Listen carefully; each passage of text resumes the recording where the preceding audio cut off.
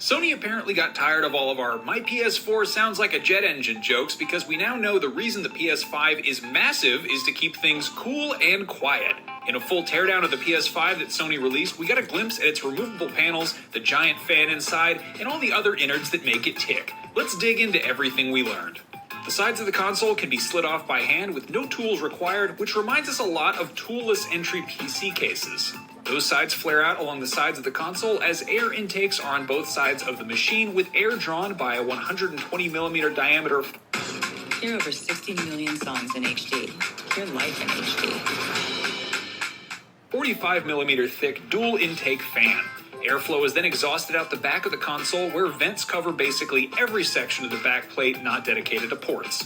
With the covers off, you can access 2 ports for the dust filters that run along the intakes. This will allow users to easily clean the filters with a household vacuum cleaner. Again, another way to help keep heat under control. Speaking of heat, it's become even more clear that the intention of the PS5 design is to keep things as cool as possible. Not only does the console feature a huge 120 by 45mm cooling fan capable of drawing in air from both sides, but the entire backside is essentially an exhaust port. Running almost the entire length of the console is a huge heat sink. It's a classic fin design with heat pipes, but because of the shape and airflow design, I hate commercials. Don't y'all?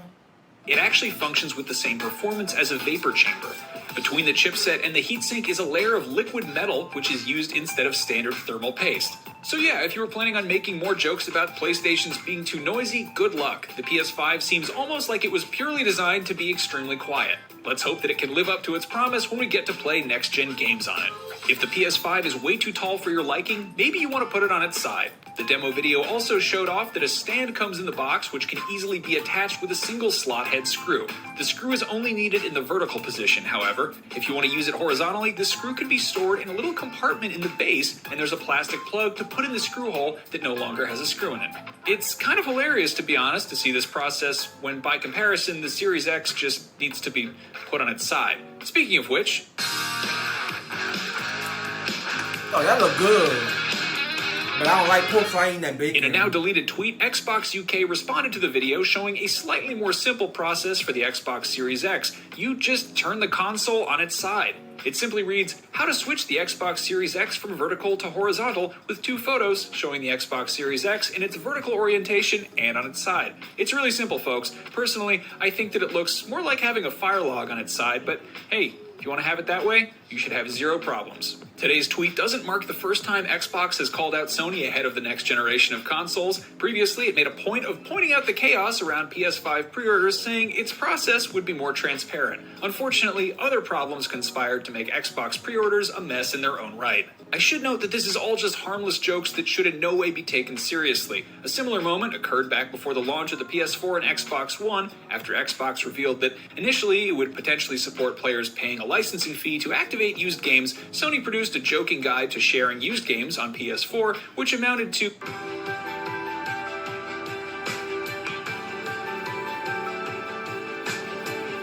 handing someone else your old game. Check it out. This is how you share your games on PS4.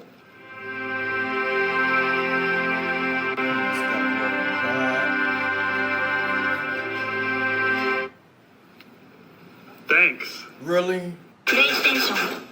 Sony has confirmed that save data can be transferred from PS4 to PS5, as well as listed 10 games that will not be compatible with PlayStation 5. In a new PlayStation support page, Sony states that you can transfer digital games and save data from a PS4 console to a PS5 console using Wi-Fi data transfer, but there is currently no information as to if PS4 cloud saves can be downloaded onto a PS5 console.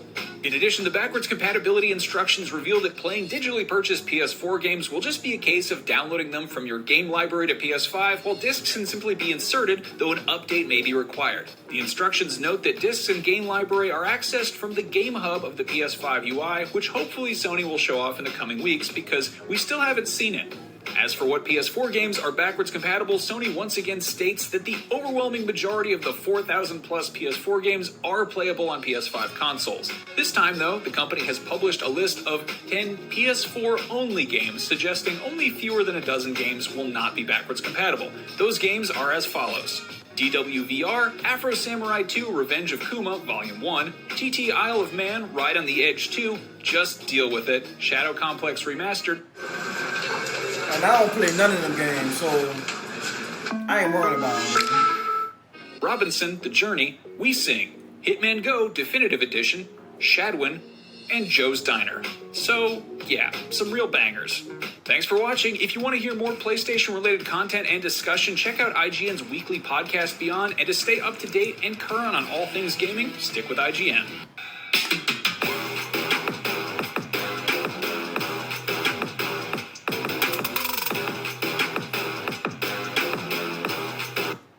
Sony might be fighting bots and scalpers for PS5 pre-orders, Ubisoft next-gen game prices might be sticking to $60 and more. Welcome to Beyond, your weekly recap of PlayStation news. On Reddit, users who dug into the source code for Sony's direct.playstation.com, the company's hardware retail website, discovered new references to the PS5 that seem to indicate that Sony will limit PS5 pre-orders to one per household. According to user K. Garvey, source code in the PlayStation Direct website revealed an error message that could appear if... I'm gonna go ahead and support him, get my hair cut, leave a big tip. customers attempt to order more than one PS5 console through the website. The message found in the source code reads, quote, "You can only purchase one version of the PS5 console, disc, or digital. You have already added one PS5 console to your cart."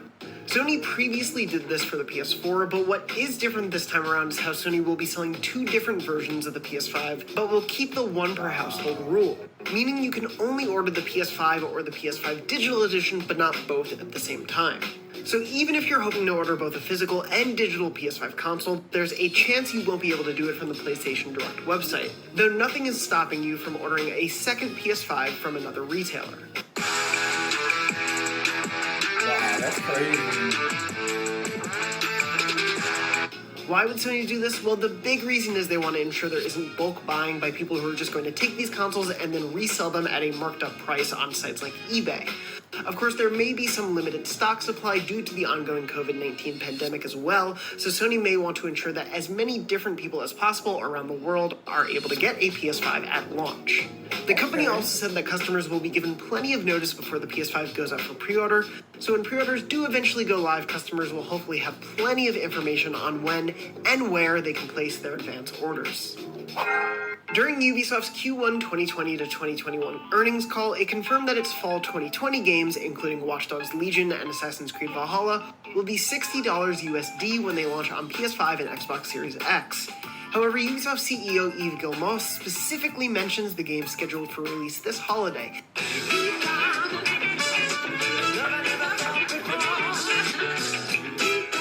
potentially leaving the door open for a price increase down the line. He was responding to a question and said, quote, "For the Christmas games, we plan to come with the same price as the previous generation of consoles. That's what we're focused on at the moment." Later in the call, he reiterated the $60 price, but did not commit to saying all future next-gen games would be $60. This move differs from 2K's decisions to make NBA 2K21 $70 USD on PS5 and Xbox Series X, as opposed to the $60 price tag on current-gen systems. Assassin's Creed Valhalla will be released on PS4 on November 17th, 2020. We know it will be a launch title for both the PS5 and Xbox Series X, but we have yet to learn the exact launch date of either next-gen system. Meanwhile, Watch Dogs Legion will be released on PS4 as well as Xbox One, Stadia, and PC on October 29th, 2020. Insomniac Games has announced that Spider-Man Miles Morales will have an optional performance mode enabling 4K resolution and 60 frames per second. That's gonna be a really good game. I'm excited for that. With 4K 60 FPS coming out as an optional mode, though, it seems sensible to presume that some graphical sacrifices will be made from the standard mode in order to enable this boosted performance. With next-gen placing emphasis on resource-intensive tech like ray tracing, it may be that performance mode turns those graphical effects off to free up power and divert it into frame rate. Ghost of Tsushima has become PlayStation 4's fastest-selling first-party original IP debut, with over 2.4 million units sold through globally in the first 3 days following its July 17th release date. PlayStation's Twitter revealed the news, marking the milestone for Sucker Punch's first game since infamous Second Son and First Light. For comparison, Horizon Zero Dawn sold over 2.6 million units in its first 2 weeks on sale. Ghost of Tsushima is doing more than just selling well. Sucker Punch is partnering with the Nagasaki Prefecture and Tsushima Island Tourism Associations to give real-life context of Tsushima Island and its major landmarks, as well as more info on the history of the Mongol invasions of Japan and Komona Beach event. Thank you so much for watching. If you want to know more PlayStation-related content, check out IGN's weekly podcast Beyond, including a special episode with Ghost of Tsushima's creative director. And to stay up-to-date and current on all things gaming, stick with IGN.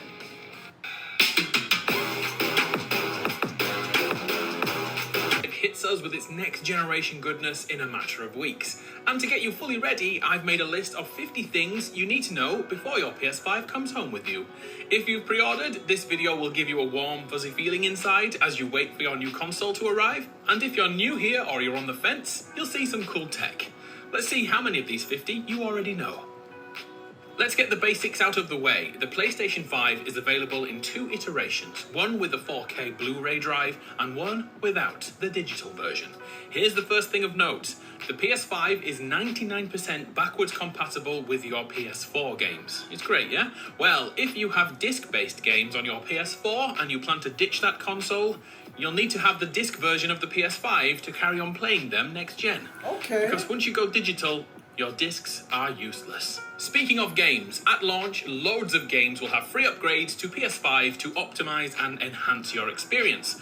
So if you own any of these games, including Fortnite, Assassin's Creed Valhalla, Borderlands 3, Destiny 2, Doom Eternal, the list goes on, know that you'll have a shiny new version on day one for PS5. The upgrades you'll see can vary from improved load times, updated visuals, and higher quality textures.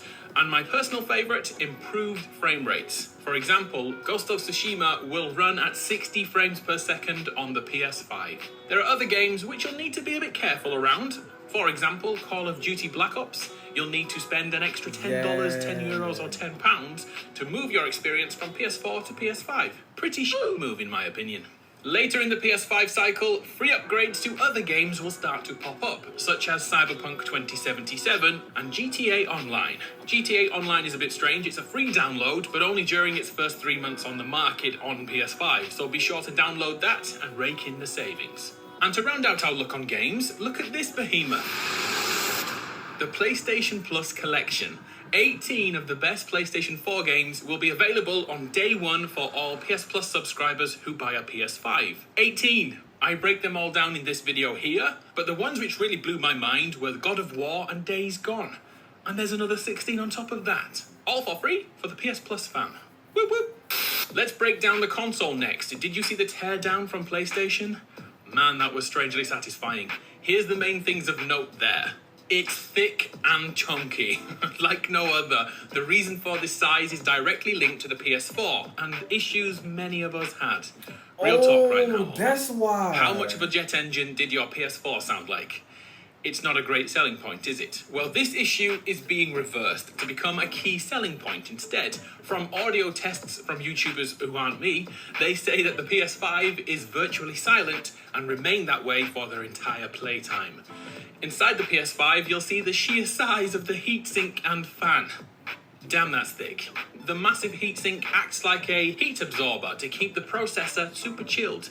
All the way around the console are vents to push and pull the air around to keep things super cool too. And even dust has been thought about with the PS5 and should keep dust at bay. Let's see if that's still the same in 12 months though. But right now, this is music to my ears. In fact, there is more. Many people have chosen the digital PS5 over the disc-based beast, as that disc drive could be loud. Sony have once again decided to fight this and encase the drive in a kind of anti-vibration tech with dual-layered insulation, which hugely quietens the drive. Again, we shall see in November, but if this is true, the PS5 will be the quietest console you've ever heard. Or not heard. You know what I mean. And to finish this section on heat and sound, check out the coolest thing you'll see today. The PS5 has a liquid metal cooling mechanism designed to keep your PS5 working like it's day one for years to come. Wow. On the rear of the console are 2 USB ports you should be aware of, as well as the good old LAN port, and this one, the HDMI output. This is something I'd like to break down further, if I may. The PS5 supports HDMI 2.1. This is a step up from the previous version, which supports 48 gigabits per second data transfer. Don't worry, I'll break it down. HDMI 2.0, the one we used to use on the PS4, had 18 gigabits per second, so there's a huge difference there. Let's not make this a tech talk, though. The new cable and system means we can output to our TVs and monitors at 4K at, get this, 120 frames per second. And should that day ever come, 8K resolution at 60 frames per second. For those that understand color gamuts, HDMI 2.1 has BT 2020. Don't worry, I'm clueless too, but in layman's terms, this means a massive color range in the new HDMI cables. And this is also the reason why when you walk into tech stores, they always have a colorful bay or mountain scene on all the screens to show you the full color range of that unit. So getting this back to PS5, in gaming terms, expect Miles Morales to look super colorful on the PS5. Another great thing about HDMI 2.1 is ALL mode, in which the delay or the latency between your thumbsticks and the character moving on screen is super low, and it's all automatically done when you switch the PS5 on. But here's a huge caveat. This does mean to get the best out of the system, we'll need a TV or monitor which supports HDMI 2.1 input. So these changes won't be with many of us on day one. For right now though, in this moment, it doesn't matter if you don't have a TV which supports HDMI 2.1. You're good to go all the same, just keep going with the same tech. Maybe think about upgrading later in the PlayStation 5's life cycle to get a little bit more out of your PS5. Going back to frame rates, if you're used to 30 frames or even 60 frames per second, the move up to 120 is mind-blowing. The smoother gameplay will result in your improvement as a gamer and less strain on your eyes. Those extra frames make reacting in competitive shooters easier too, as there's twice as much information to see and react to every second. In terms of using 120 frames per second, I wouldn't expect many games to do this past first-person shooters. It may take a year into the PS5 cycle for more games to utilize 120 frames. More realistically, 60 frames should become the norm this generation. So the PS5 is designed to stand up tall or lay down flat. And just like previous generations, a stand is required. But this time, it comes with your purchase. No more shelling out another $20 for an official stand. Like the PS4, a screw is needed when your console is in vertical position, which means a screwdriver is needed too. If you prefer your console horizontal, the stand will need to be removed and then clicked into place like this. Also note there's a place to store your screw. It's not a big deal. It made me smile. Next, as you'd likely know, the PS5 has a solid-state drive with 825 gigabytes of storage space. The killer about this SSD is the speed. It's a potential game changer for the industry as it diminishes load times greatly. I wonder what it will do with the initial load time on GTA Online. Games like Spider-Man, in which loading was hidden behind Peter on the subway, well, these will be removed completely. This tech is mind-blowing. Some people were uncertain about the size of the storage, 825 gigabytes, and for those people who want more space, something of note, an expansion slot. It's an M2 interface with PCIe 4.0 support. That means we can buy additional storage compatible with the PS5 and keep even more games downloaded. As simple as that. Another great thing of note is that although Sony will certify drives worthy of use in the PS5, it will not close the market. Competitors can and will create SSDs, and the cost will drop over time as each company undercuts the next. And ultimately, the consumer wins and we get cheaper tech. Good times. But right off the bat, these are going to be so expensive, so be very mindful of that. And you should also note your warranty is fully protected when adding extra storage. If you want to know the exact moment your warranty is void, it's when you take off these stickers. So don't do that. Speaking of updated cables, let's look at the front of the console, and there is a high-speed USB port you'd expect there, but below that is the PS5's USB Type-C port. This thing has crazy fast speed exchanges should you need to move videos or audio or game saves to other devices. But the thing about the USB-C is the cable goes in either way around. So if, like me, you've ever failed to plug in a USB cable and then turned it round, and failed again, and then rotated it round again, and then it finally goes in. Yeah, those days are numbered. Oh, and to confirm, the 2 extra USB Type-A ports on the back of the console are super speed ones. That's why they have a blue inlay like this, and the standard one on the front doesn't. So if you aren't using USB-C to transfer data, ignore this one on the front and use the 2 super speed ones on the back. And to finish this physical segment on the console, the faceplates. Did you see how easy they are removed? This indicates we are encouraged to do this and get inside our PS5s for the SSD upgrades, but this also all but confirms the return of customizable faceplates. We have the choice to stick with the OG white or purchase or customize our own versions and stand out from the crowd. What designs would you have on a custom faceplate? There are some great concepts out there already. This is excitement in the most non-gamer way possible. Love it.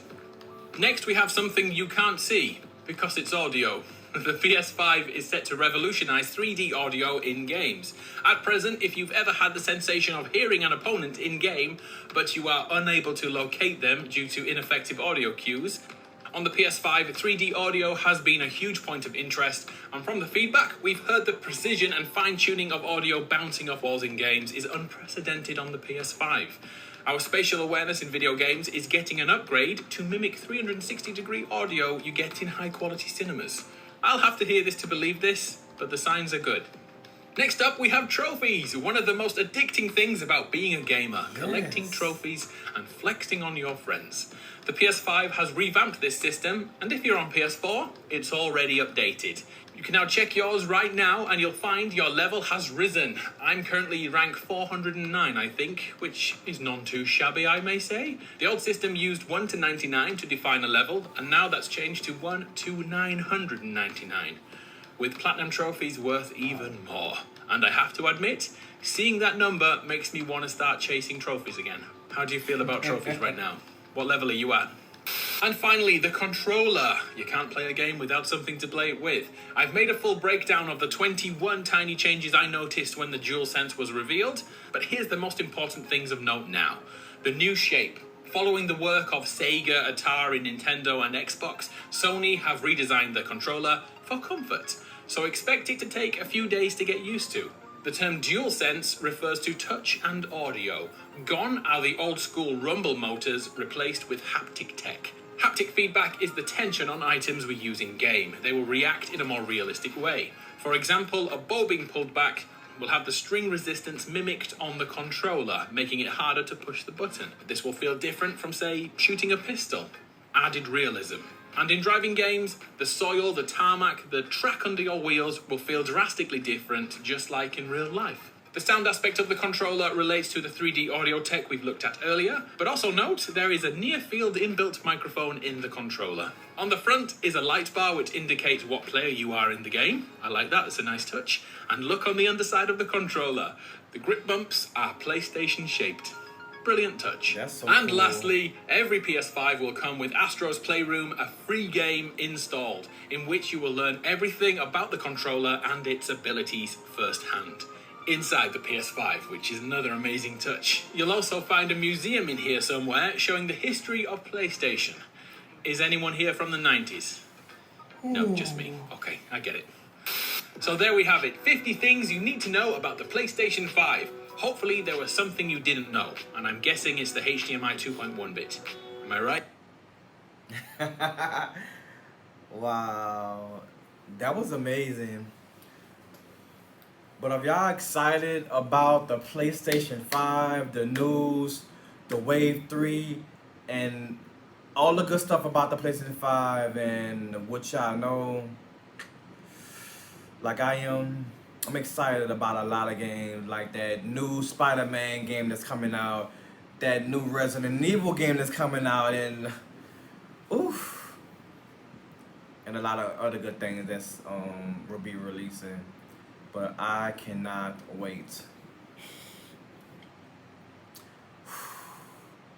Y'all take y'all care of yourself and be safe. And I'll catch y'all in the next video.